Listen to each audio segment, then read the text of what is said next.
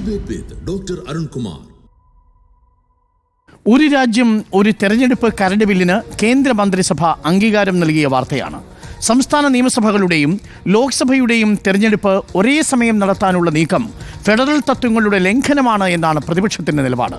പ്രതിപക്ഷത്തിന്റെ എതിർപ്പ് അവഗണിച്ചും കേന്ദ്രത്തിന് എത്ര മുന്നോട്ടു പോകാൻ കഴിയും എന്നാണ് ചോദ്യം. എല്ലാം ഒറ്റയാക്കാനുള്ള നീക്കത്തിന്റെ യുക്തി എന്താണ്? നീക്കം ഒറ്റബുദ്ധിയാണോ എന്നാണ് ചോദ്യം.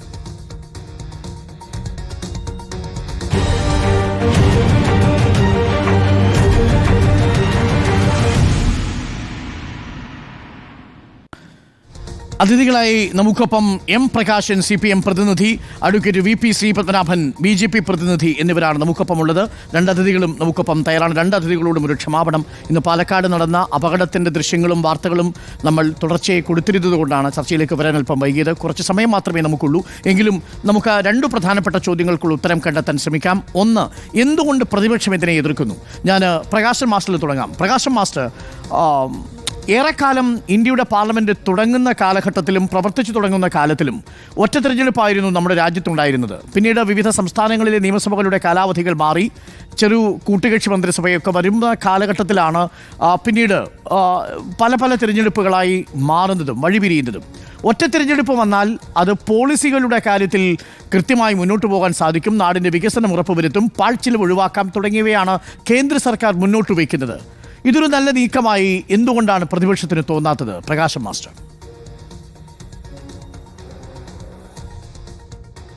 ഇവിടെ നമ്മുടെ രാജ്യം അതിൻ്റെ നാനാ മേഖലകളിൽ വലിയ വൈവിധ്യങ്ങളുള്ള ഒരു രാജ്യമാണ്. ഇന്ത്യ ഒരു ബഹുദേശീയ രാഷ്ട്രമാണ് എന്നുള്ളതുകൊണ്ട് തന്നെ ഇന്ത്യ ഒരു ഫെഡറൽ രാജ്യമാണ് എന്നുള്ളതാണ് നമ്മുടെ ഭരണഘടനയിൽ നമ്മൾ വിഭാവനം ചെയ്തിട്ടുള്ളത്. എന്നാൽ ഈ ഫെഡറലിസം എന്ന് പറയുന്ന ആശയത്തെ തന്നെ വെല്ലുവിളിക്കുന്ന ഒരു പാർട്ടിയാണ് നിർഭാഗ്യവശാൽ ഇന്ത്യ രാജ്യം ഇന്ന് ഭരിച്ചുകൊണ്ടിരിക്കുന്ന BJP. ഇതുവരെയുള്ള ഈ കഴിഞ്ഞ 10 കൊല്ലക്കാലത്തെ അവരുടെ ഭരണാനുഭവങ്ങൾ വളരെ വ്യക്തമായി രാജ്യത്തോട് വിളിച്ചു പറയുന്നത് രാജ്യം ഇക്കാലം അത്രയും കാത്തുസൂക്ഷിച്ചിട്ടുള്ള ഈ രാജ്യത്തിൻ്റെ പരമാധികാരം, ഈ രാജ്യത്തിൻ്റെ അവിഛിന്നത, ഈ രാജ്യത്തിൻ്റെ ജനാധിപത്യക്രമം, ഈ നാടിൻ്റെ ഫെഡറലിസം, സർവോപരി രാജ്യത്തിൻ്റെ മതനിരപേക്ഷത, ഇവയൊന്നും തന്നെ മാനിക്കുന്ന നിലപാടല്ല ഇന്ത്യ രാജ്യത്ത് BJP സ്വീകരിക്കുന്നത് എന്നുള്ളതാണ്. ഇവിടെ തന്നെ നിങ്ങൾ കാണാൻ വേണ്ടി കഴിയും. അവർ ഈ രാജ്യത്തിനകത്ത് ഉന്നയിച്ചിട്ടുള്ള ഏറ്റവും പ്രധാനപ്പെട്ട മറ്റൊരു മുദ്രാവാക്യം ഒരു രാജ്യം ഒരു നേതാവ് എന്നുള്ളതാണ്, ഒരു രാജ്യം ഒരു ഭാഷ എന്നുള്ളതാണ്. എന്ന് പറഞ്ഞാൽ ഇന്ത്യ രാജ്യത്തിൻ്റെ ഈ ബഹുദേശീയ സ്വഭാവത്തെ അംഗീകരിക്കുന്ന ഒരു നിലപാടല്ല നിർഭാഗ്യവശാൽ BJP സ്വീകരിക്കുന്നത്. ഒരു ചോദ്യമുള്ളത് ബന്ധപ്പെട്ട അതിൻ്റെ രാഷ്ട്രീയമായിട്ടുള്ള ആശയപരമായിട്ടുള്ളൊരു വിയോജിപ്പാണ്. പക്ഷേ പ്രായോഗികമായി നോക്കിയാൽ ഈ രണ്ട് തിരഞ്ഞെടുപ്പുകളും ഒരേ സമയം നടക്കുമ്പോൾ ഭാരിച്ച ചെലവ് കുറയ്ക്കാൻ സാധിക്കും. മാത്രവുമല്ല, വിവിധ സംസ്ഥാനങ്ങൾ മാറുന്നു, തിരഞ്ഞെടുപ്പുകൾ വരുന്നു. ഇതെല്ലാം പല സമയങ്ങളിൽ നടക്കുമ്പോൾ സർക്കാരിൻ്റെ ശ്രദ്ധ അതിലേക്ക് മാറും. തെരഞ്ഞെടുപ്പിൻ്റെ പെരുമാറ്റച്ചട്ടം വിവിധ സംസ്ഥാനങ്ങളിൽ വിവിധ കാലങ്ങളിൽ നിലവിൽ വരും. ഇതെല്ലാം സംസ്ഥാനത്തിൻ്റെ രാജ്യത്തിൻ്റെ വികസനത്തിൻ്റെ മുന്നോട്ടുള്ള പോക്കിന് തടസ്സമല്ലേ ശ്രീ പ്രകാശ് മാസ്റ്റർ? ഒരു കാരണവശാലും അല്ല. ഇന്ത്യ രാജ്യത്ത് ഇന്ത്യയുടെ ഒരു ജനാധിപത്യ ഭരണക്രമത്തെ പരിശോധിക്കുമ്പോൾ കേന്ദ്രം ഒരു പാർട്ടി ഭരിക്കുകയും സംസ്ഥാനങ്ങൾ മറ്റു പാർട്ടികൾ ഭരിക്കുകയും ചെയ്തിട്ടുള്ളൊരു നില ഒരുപാട് സന്ദർഭങ്ങളിൽ ഉണ്ടായിട്ടുണ്ടല്ലോ. ഓരോ സംസ്ഥാനത്തെയും രാഷ്ട്രീയ കാലാവസ്ഥയും രാഷ്ട്രീയ കൂട്ടുകെട്ടുകളും രാഷ്ട്രീയ നിലപാടുകളും പരിശോധിക്കുമ്പോൾ ഏകദാനമായൊരു നിലക്കല്ല ഇന്ത്യക്കകത്തുള്ള രാഷ്ട്രീയ നില എന്നുള്ളത് കൃത്യമായി കാണാൻ വേണ്ടി കഴിയും. അത് ഇന്ത്യയുടെ ഈ പറയുന്ന വൈജാത്യത്തിൻ്റെ ഭാഗമായി നിലനിൽക്കുന്ന ഒന്നാണ്. BJP ആഗ്രഹിക്കുന്നത് ഇന്ത്യ രാജ്യത്തെ ഒരു ഹൈന്ദവാധിഷ്ഠിത രാജ്യമാക്കി മാറ്റി ഇന്ത്യയെ സ്റ്റാൻഡേർഡൈസ് ചെയ്യുക എന്നുള്ളതാണ്. അതിനുവേണ്ടിയാണ് എല്ലാ നിലക്കുമുള്ള ശ്രമങ്ങൾ അവർ നടത്തിക്കൊണ്ടിരിക്കുന്നത്. അതിൻ്റെ ഭാഗമായി തന്നെയാണ് അവർ ഒരു രാജ്യം ഒരു നേതാവ്, ഒരു രാജ്യം ഒരു ഭാഷ, ഒരു രാജ്യം ഒരു തെരഞ്ഞെടുപ്പ് എന്നെല്ലാമുള്ള മുദ്രാവാക്യങ്ങൾ മുന്നോട്ടേക്ക് വെക്കുന്നത്. ഭരണപരമായിട്ട് ഞാൻ മറുപടി എടുത്തു വരാം. അഡ്വക്കേറ്റ് VP ശ്രീപത്മനാഭൻ, ഇന്ത്യ രാജ്യത്തെ സ്റ്റാൻഡേർഡൈസ് ചെയ്യുക, എല്ലാം ഒറ്റയിലേക്ക് ചുരുക്കുക, വൈവിധ്യങ്ങളെ ഏകത്വം എന്ന് പറയുന്ന ആശയത്തെ ഒറ്റ എന്ന് പറയുന്നൊരു ആശയം കൊണ്ട് മറികടക്കാനുള്ള നീക്കമാണോ BJP നടത്തുന്നത്? അതിൻ്റെ ഭാഗമായിട്ടാണോ ഈ ഒരു രാജ്യം ഒരു തിരഞ്ഞെടുപ്പ് എന്ന യുക്തിയിലേക്ക് കേന്ദ്ര സർക്കാർ എത്തിയത്? ശ്രീ പത്മനാഭൻ. എന്തൊക്കെയാണ് ഈ പ്രകാശം മാഷ് പറയുന്നത്? ഇന്ത്യ ബഹുദേശീയതയുള്ള രാജ്യമാണ്. എന്താ മാഷ ഇത്? നിങ്ങളെ പാർട്ടീൻ്റെ നയാത്? ഇന്ത്യയിൽ ബഹുദേശീയതയൊന്നുമില്ല, ഒരു ദേശീയതയുള്ളൂ. എന്തൊക്കെയോ വിളിച്ചു പറയുന്നു. കമ്മ്യൂണിസ്റ്റുകാരിപ്പോൾ എല്ലാം കൂടി തീവ്രവാദികളുടെ വിഘടനവാദികളുടെ അതേ ഭാഷയിലാണ് സംസാരിക്കുന്നത്. നിങ്ങൾ CPI ML അല്ലല്ലോ, CPI M അല്ലേ? അതുപോട്ടെ. ഇനി ഞാൻ അരുണിൻ്റെ ചോദ്യത്തിന് വരാം. അരുണെ, ഈ 2024 മഹാരാഷ്ട്രയിൽ ഇലക്ഷൻ നടന്നു. ലോക്സഭ ഇലക്ഷൻ കഴിഞ്ഞ് 5 മാസം കഴിഞ്ഞപ്പോൾ നിയമസഭ ഇലക്ഷൻ കഴിഞ്ഞു. ഞാൻ എടുത്തു നോക്കി എത്ര ചെലവെന്നറിയാം. ഗവൺമെൻറ് ഓഫ് മഹാരാഷ്ട്രയുടെ ചെലവ് 432 കോടി രൂപയാണ്. ഈ തെരഞ്ഞെടുപ്പ് 5 മാസം മുന്നേ ലോക്സഭാ തെരഞ്ഞെടുപ്പിന് മുമ്പ് നടത്തിയിരുന്നെങ്കിൽ നമുക്ക് ചുരുങ്ങിയതൊരു 350 കോടി രൂപയെങ്കിലും ലാഭിക്കാമായിരുന്നു. എത്ര സർക്കാർ ആശുപത്രികളിൽ ഓപ്പറേഷൻ തിയേറ്റർ സ്ഥാപിക്കാം, എത്ര സർക്കാർ ആശുപത്രികളിൽ ഇൻറ്റൻസീവ് കെയർ യൂണിറ്റ് സ്ഥാപിക്കാം, എത്ര സ്മാർട്ട് ക്ലാസ് റൂമുകൾ സ്ഥാപിക്കാം, എത്ര ഗ്രാമങ്ങളിൽ ധാറിട്ട റോഡ് എത്തിക്കാം, എത്ര കോളേജുകൾ സ്ഥാപിക്കാം, എത്ര പോളിടെക്നിക്കുകൾ സ്ഥാപിക്കാം. ഞാൻ പറഞ്ഞു വരുന്നത് നമ്മൾ നാട്ടിലെ പ്രധാന പണി ഇലക്ഷനാണ്. എല്ലാ കൊല്ലവും 4-5 സംസ്ഥാനങ്ങളിലെ ഇലക്ഷനാണ്. ഈ ഇലക്ഷൻ പ്രഖ്യാപിച്ചാൽ പിന്നെ ആ 4-5 സംസ്ഥാനങ്ങളിൽ ഒരു വികസന പ്രവർത്തനങ്ങളോ ക്ഷേമ പദ്ധതികളോ പ്രഖ്യാപിക്കാൻ പാടില്ല. ഒരു കാര്യങ്ങളും ചെയ്യാൻ പാടില്ല. എന്താ? തെരഞ്ഞെടുപ്പ് പെരുമാറ്റച്ചട്ടം. ഇതുമൂലം സാധാരണക്കാരനുണ്ടാവുന്ന ബുദ്ധിമുട്ട്, നാടിൻ്റെ വികസനത്തിനുണ്ടാവുന്ന തടസ്സം. ഇവിടെ അരുണ് നേരത്തെ പറഞ്ഞതുപോലെ 952 ഒരുമിച്ചാണല്ലോ, 957 ഒരുമിച്ചായിരുന്നല്ലോ, 62 ഒരുമിച്ചായിരുന്നു. 67 ശേഷമാണ് ഇതിങ്ങനെ പേർപിരിയാൻ തുടങ്ങി. കാരണം പ്രതിപക്ഷ പാർട്ടികൾ ശക്തമായപ്പോൾ പല സ്ഥലത്തും സർക്കാരുകൾ വീഴാനും പുതിയത് വരാനൊക്കെ തുടങ്ങിയപ്പോഴാണ് ഇത് വേറെ വേറെ പോയത്. നമ്മുടെ നാടിന് എലക്ഷൻ അല്ല നമ്മുടെ പ്രധാന തൊഴിൽ. എലക്ഷൻ 5 കൊല്ലം കൂടുമ്പോൾ നടത്താം. അത് നമുക്ക് ഒരുമിച്ച് നടത്തിയാൽ പോരെ. അപ്പോൾ ജനങ്ങൾ കൺഫ്യൂസ്ഡ് ആവും. ഇപ്പോൾ ഇതാ മഹാരാഷ്ട്ര വീണ്ടും ഉദാഹരണം. നന്ദദ് ലോക്സഭാ സീറ്റ് 1400 വോട്ടിന് കോൺഗ്രസ് ജയിച്ചു. ഈ ലോക്സഭാ ഇലക്ഷൻ കഴിഞ്ഞ് 2 മാസം കഴിഞ്ഞ് അവിടെ ജയിച്ച MP മരിച്ചപ്പോൾ പുതിയ ഇലക്ഷൻ നടത്തി. ഈ നിയമസഭാ തെരഞ്ഞെടുപ്പിൻ്റെ കൂടെ 6 അസംബ്ലി സീറ്റുകൾ ഉൾപ്പെട്ട മഹാരാഷ്ട്രയിലെ നന്ദദ് ലോക്സഭാ സീറ്റിൽ 6ലും ഞങ്ങൾ ജയിച്ചു. അതായത് മഹായുതി ജയിച്ചു 6 വലിയ ഭൂരിപക്ഷം. എന്നാൽ ലോക്സഭയിലെ സീറ്റ് നന്ദദ് സീറ്റിന് കോൺഗ്രസ് 1400 വോട്ടിന് ജയിച്ചു. അപ്പൊ ജനങ്ങൾക്ക് ഇതൊക്കെ അറിയാമെന്ന്. അതായത് ഒരേ സമയം തെരഞ്ഞെടുപ്പ് നടത്തിയാലും സംസ്ഥാന നിയമസഭയിലെ തെരഞ്ഞെടുപ്പിന്റെ ഫലം ലോക്സഭാ തെരഞ്ഞെടുപ്പിൽ സ്വാധീനിക്കണമെന്നില്ല. അതുകൊണ്ട് പ്രതിപക്ഷത്തിന്റെ ആശങ്ക വേണ്ട എന്നാണ് ശ്രീ VP ശ്രീപത്മനാഭൻ പറയുന്നതായിട്ട് എനിക്ക് തോന്നുന്നത്. പക്ഷെ അപ്പോഴും ഒരു പ്രായോഗികമായ പ്രശ്നമില്ലേ? പല സംസ്ഥാനങ്ങളും ഇപ്പോൾ ഞാൻ വരാം. 2029 ഈ ഒറ്റ തിരഞ്ഞെടുപ്പ് ഒരു രാജ്യം എന്ന നിലയിലേക്ക് കാര്യങ്ങൾ മാറിയാൽ ആ സമയമാകുമ്പോൾ ജാർഖണ്ഡ്, ബീഹാർ, ഡൽഹി എന്നീ സംസ്ഥാനങ്ങളുടെ നിയമസഭാ കാലാവധി 4 വർഷമേ ആവൂ. 2029 ആകുമ്പോൾ 26 തിരഞ്ഞെടുപ്പ് നടക്കുന്ന കേരളം, ബംഗാൾ, തമിഴ്നാട്, ആസാം, പുതുച്ചേരി ഈ സംസ്ഥാനങ്ങൾക്ക് 3 വർഷം മാത്രമേ കാലാവധിയാവൂ. മണിപ്പൂർ, ഗോവ, പഞ്ചാബ്, ഉത്തരാഖണ്ഡ്, ഉത്തർപ്രദേശ്, ഗുജറാത്ത് സംസ്ഥാനങ്ങളുടെ നിയമസഭാ കാലാവധി 2027 തുടങ്ങി 2029 അവസാനിക്കേണ്ടി വരും. അപ്പോൾ കാലാവധി തീരുന്നതിന് മുൻപ് സംസ്ഥാനങ്ങളിലെ നിയമസഭകളെ പിരിച്ചുവിടേണ്ടി വരുന്നത് ജനാധിപത്യ വിരുദ്ധമല്ലേ അഡ്വക്കേറ്റ് VP ശ്രീപത്മനാഭൻ? അങ്ങനെ ഇപ്പൊ എവിടെയാ പറഞ്ഞത്? ഞാൻ ആ നിയമം കണ്ടിട്ടില്ല. താങ്കൾ കണ്ടിട്ടുണ്ടോ? അല്ല, കരട് ബില്ലിൽ അങ്ങനെയാണ് അംഗീകരിച്ചു എന്ന് പറയുന്നു. ഒരേ സമയം പത്രങ്ങളിൽ വാർത്ത വന്നു. കരട് ബില്ല് ഞാൻ കണ്ടിട്ടില്ല. അത് ഒരു പത്രത്തിലും വന്നിട്ടില്ല. ഒരു മീഡിയ അത് പബ്ലിഷ് ചെയ്തിട്ടില്ല. അല്ലല്ല, രാംനാഥ് കോവിന്ദ് കൊടുത്ത പഠന റിപ്പോർട്ടിന്റെ അടിസ്ഥാനത്തിലുള്ള നിർദ്ദേശങ്ങളൊക്കെ പുറത്തു വന്നിരുന്നു. അത് നമ്മൾ വിശദമായി ചർച്ച ചെയ്തതാണ്. അതിലേറെ ശ്രദ്ധേയമായതെന്നാണ്. എന്നാൽ അതേസമയം തദ്ദേശ തെരഞ്ഞെടുപ്പുകളെ അതിൽ നിന്ന് മാറ്റി നിർത്തിയിട്ടുണ്ട്. അല്ല, അതൊക്കെ എന്താ പറയുക, നമ്മളിപ്പോൾ ഊഹത്തിന്റെ അടിസ്ഥാനത്തിലാണ് ചർച്ച ചെയ്യുന്നത്. അല്ല, എന്റെ ചോദ്യം ഇതാണ്, അങ്ങനെ ഒരു അവസ്ഥ വന്നാൽ നിലവിൽ എല്ലാ സംസ്ഥാനങ്ങളും ഒരുമിച്ചല്ലല്ലോ വോട്ടെടുപ്പ് നടക്കുന്നത്. എന്തായാലും ചില സംസ്ഥാനങ്ങൾക്ക് 2029 34 വരാൻ പോകുന്നതെങ്കിലും അത് സംഭവിക്കും. അങ്ങനെ സംഭവിക്കുമ്പോൾ അത് അവിടുത്തെ ജനങ്ങളുടെ ജനാധിപത്യ അവകാശത്തിന്മേലുള്ള കടന്നുകയറ്റമല്ലേ? അതാണ് ഒരു ചോദ്യം. രണ്ടാമത്തെ ഒരു പ്രസക്തമായ ചോദ്യമാണ്, പ്രായോഗികമായ ചോദ്യമാണ് അഡ്വക്കേറ്റ് VP ശ്രീപത്മനാഭൻ.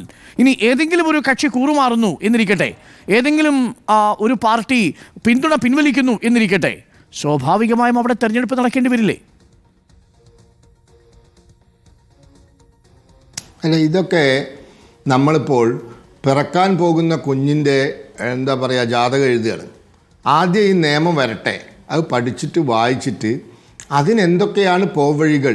കാരണം നിസ്സാരന്മാരല്ലേലോ ഇത് എഴുതി തയ്യാറാക്കിയിരിക്കുന്നത്.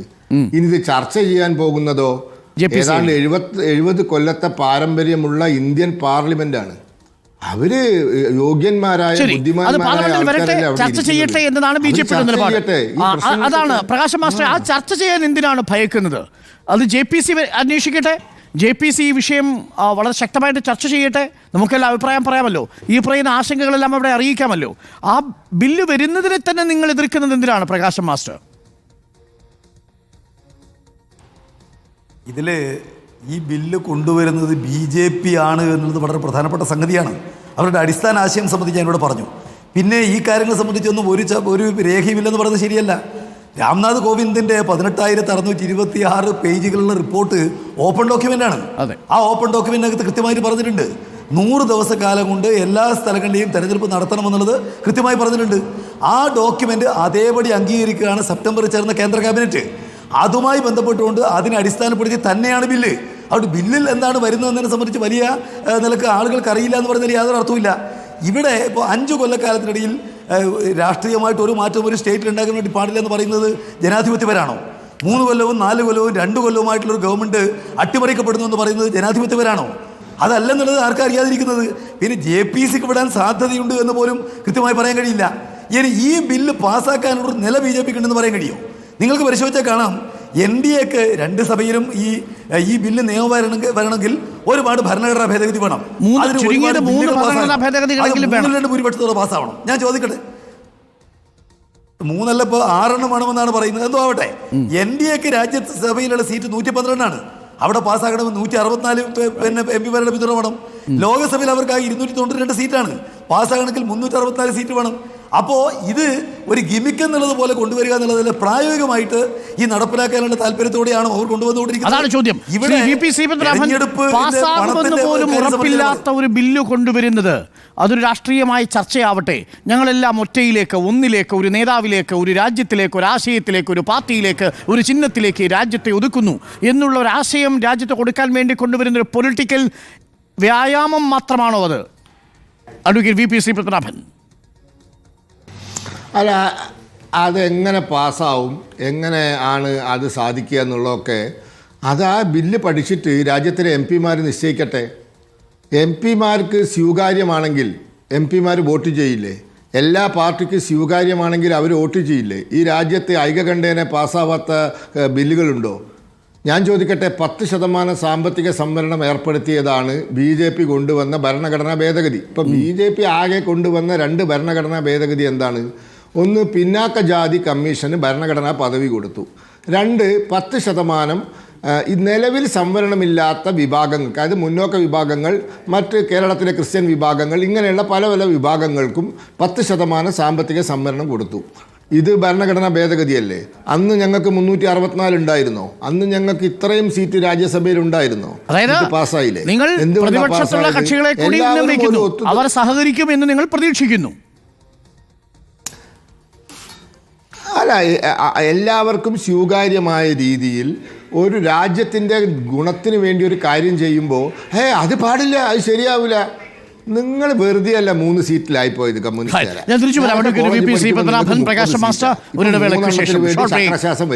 നിങ്ങൾ കണ്ടുകൊണ്ടിരിക്കുന്നത് ഒരു രാജ്യം ഒറ്റ തിരഞ്ഞെടുപ്പ് കരട് ബില്ലിന് കേന്ദ്രമന്ത്രിസഭ അംഗീകാരം നൽകുമ്പോൾ പാർലമെന്റ് ഈ സെഷനിൽ തന്നെ ഒരു പക്ഷേ ചർച്ചയ്ക്കെടുക്കുമ്പോൾ അതിന്റെ രാഷ്ട്രീയ യുക്തി എന്ത് എന്നാണ്. ഒറ്റ രാജ്യം ഒറ്റ തിരഞ്ഞെടുപ്പ് ഒറ്റ ബുദ്ധിയിൽ ഉദിച്ചതോ എന്നാണ് ചോദ്യം. നമുക്കിനി 1 മിനിറ്റ് മാത്രമേ സമയമേ ഉള്ളൂ. പ്രകാശം മാസ്റ്റർ ഒപ്പം Shri VP Sreepadmanabhan.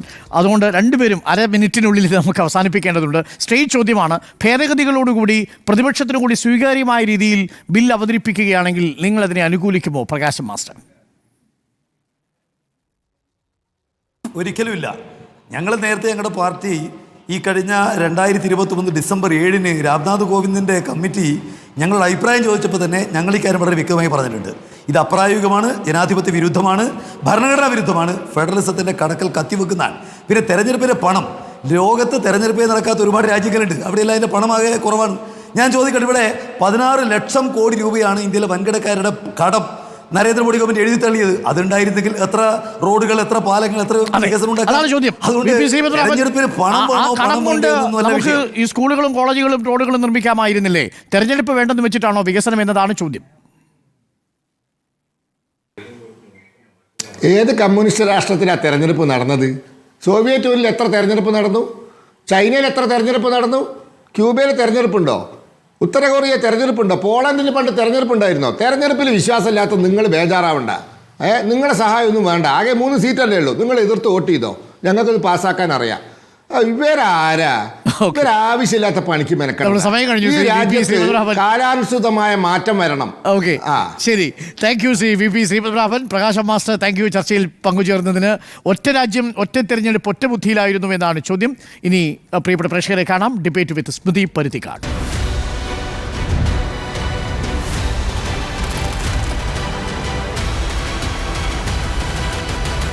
Debate with Dr. Arun Kumar.